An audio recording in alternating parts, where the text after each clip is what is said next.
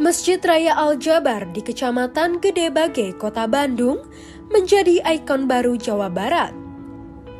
Masjid milik pemerintah Provinsi Jawa Barat ini telah diresmikan pada hari ini, Jumat 30 Desember 2022. Nama Al-Jabar berasal dari salah satu Asmaul Husna yang memiliki makna maha perkasa. Gubernur Jawa Barat Ridwan Kamil menjelaskan, nama ini terkait dengan filosofi desain masjid, yaitu mengembalikan masa kejayaan Islam dalam ilmu pengetahuan.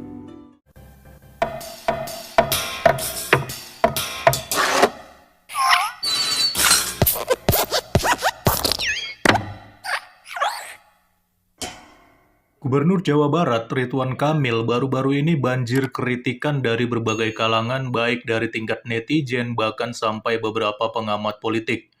Pasalnya, Ridwan Kamil baru saja meresmikan pembangunan Masjid Al-Jabar dengan biaya yang tidak main-main, yaitu sebesar 1 triliun rupiah.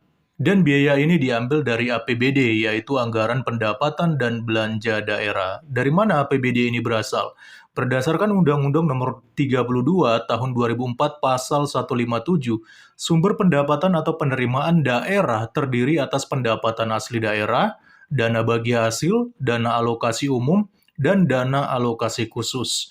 Yang dalam artian semua lapisan masyarakat antar agama terlibat dalam pembangunan masjid ini, karena serapan dana APBD ini juga bisa berasal dari pajak setiap masyarakat yang ada.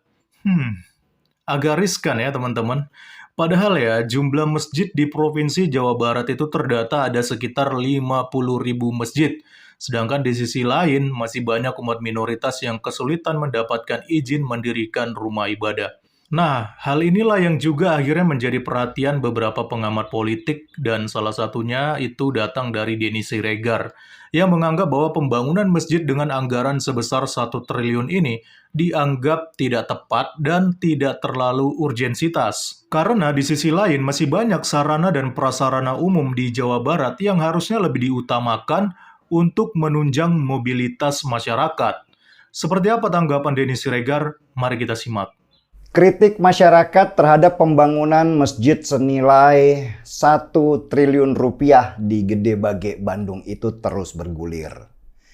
Masjid mewah yang sudah dirancang dengan arsitek Ridwan Kamil yang sekarang sudah menjadi Gubernur Jawa Barat, itu mendapat banyak kritikan karena dianggap tidak punya skala prioritas. Apalagi pembangunan masjid mewah itu ada di tengah banyaknya kebutuhan masyarakat yang tidak terpenuhi. Seperti transportasi misalnya. Warga Bandung mengeluhkan kenapa dana sebesar 1 triliun rupiah itu bukannya dipakai untuk membangun sistem transportasi yang canggih untuk mengurangi kemacetan di Bandung. Yang semakin lama semakin ruwet dan juga tidak punya konsep transportasi massal yang akan membuat Bandung akan tampak seperti kota metropolitan lainnya.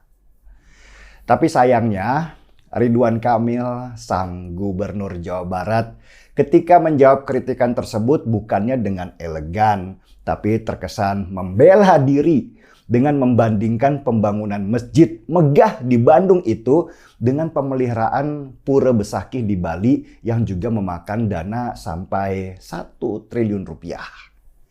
Ini jelas nggak apple to apple, karena Pura Besakih itu bukan bangunan yang baru dibangun, tetapi cagar budaya yang sudah berusia 2000 tahun dan dipugar berdasarkan Undang-Undang Cagar Budaya untuk menyelamatkan kekayaan sejarah Indonesia. Kenapa nanggung sih Kang Emil bandingin pembangunan masjid di Gede Bage dengan Pura Besakih? Kenapa nggak sekalian bandingin dengan Borobudur aja deh, yang jelas rumah ibadah umat Buddha?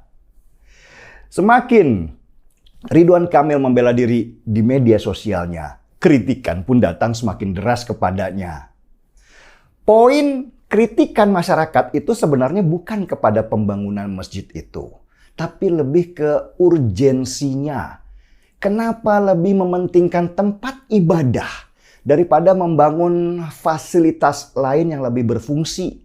Itu poinnya yang gagal dicerna oleh Ridwan Kamil yang terus membela dirinya dengan, maaf ya, kurang smart menurut saya. Indonesia ini adalah negara dengan jumlah penduduk muslim terbanyak di dunia. Karena jumlah penduduk muslimnya terbanyak, masjidnya juga terbanyak di dunia.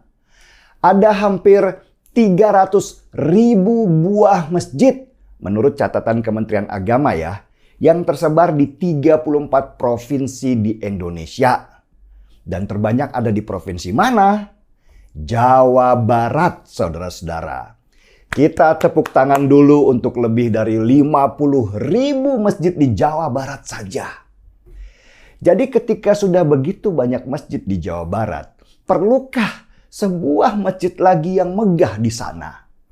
Inilah yang membuat banyak orang kecewa karena pemerintah daerah Jawa Barat ternyata lebih mementingkan jalan ke surga daripada jalan-jalan di tempat keramaian yang sumpeknya karena macet nggak karuan. Urusan ke surga ini memang jadi problem serius di negara religius seperti Indonesia ini. Seolah-olah urusan ke surga itu hanyalah urusan ibadah, bukannya membangun ekonomi, pendidikan, dan kesehatan masyarakat. Di sini, Tuhan harus diberikan tempat yang megah dan mewah supaya mau datang. Ekonomi, pendidikan, dan kesehatan adalah nomor kesekian. Karena mau sepintar apapun, sekaya apapun, sesehat apapun, kalau nggak masuk ke surga, kan bahaya. Inilah yang mungkin jadi dasar pemikiran banyak orang di negara religius. Tetapi faktanya, di negara-negara religius seperti Indonesia ini salah satunya, ternyata kemampuan kompetisinya di dunia global kalah besar oleh negara yang lebih mengedepankan pertarungan dalam meningkatkan nilai di dalam negaranya. Nggak usah jauh-jauh deh, contoh aja Singapura. Negara kecil tapi kaya raya itu memisahkan agama dalam kehidupan sehari-hari warganya. Agama itu urusan pribadi di sana dan tidak perlu diserukan di ruang publik. Urusan negara adalah bagaimana meningkatkan ekonomi, pendidikan, dan kesehatan warganya. Mereka maju karena punya perbandingan dengan ekonomi negara lain, bukan karena membandingkan siapa yang lebih beriman dari yang lainnya. Tapi memang di negara religius yang menganut sistem demokrasi seperti Indonesia ini, agama itu sudah masuk ke ranah pencitraan. Para politikus membutuhkan suara supaya mereka bisa berkuasa.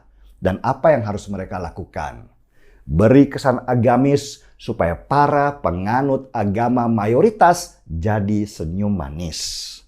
Dan si politikus akan dipilih kembali bukan karena dia mampu bekerja, bukan karena dia mampu meningkatkan nilai di warganya, tapi karena dia mampu membangun imajinasi warganya bahwa kehidupan akhirat lebih indah dari kehidupan dunia yang membuat sengsara. Sekaligus, kehaluan itu perlu dipelihara untuk menutupi ketidakmampuan mereka di dalam bekerja.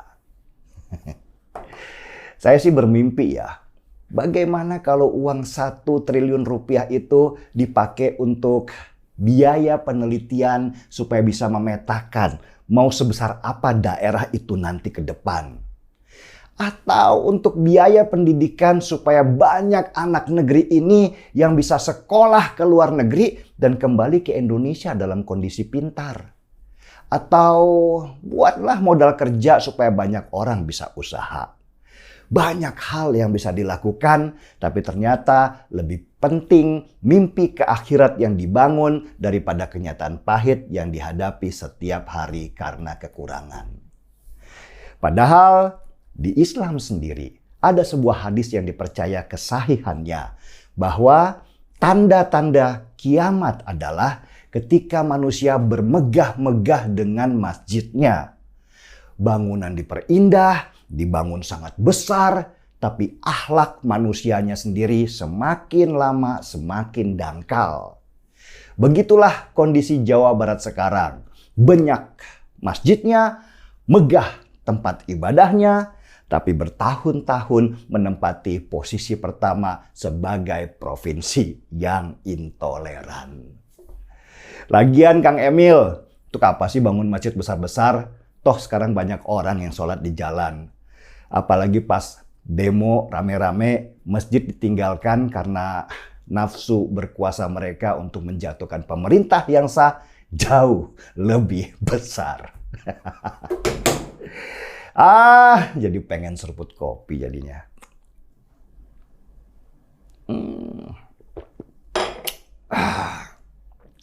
Markibong, mari kita bongkar semua. Saya Denny Siregar, kita di acara Timeline.